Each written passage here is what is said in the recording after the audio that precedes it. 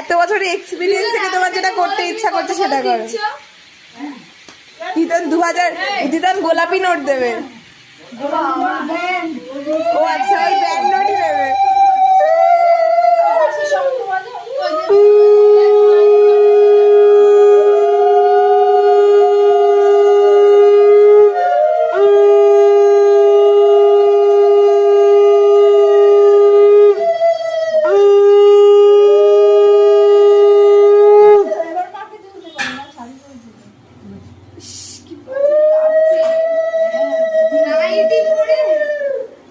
বোঝা যাচ্ছে না।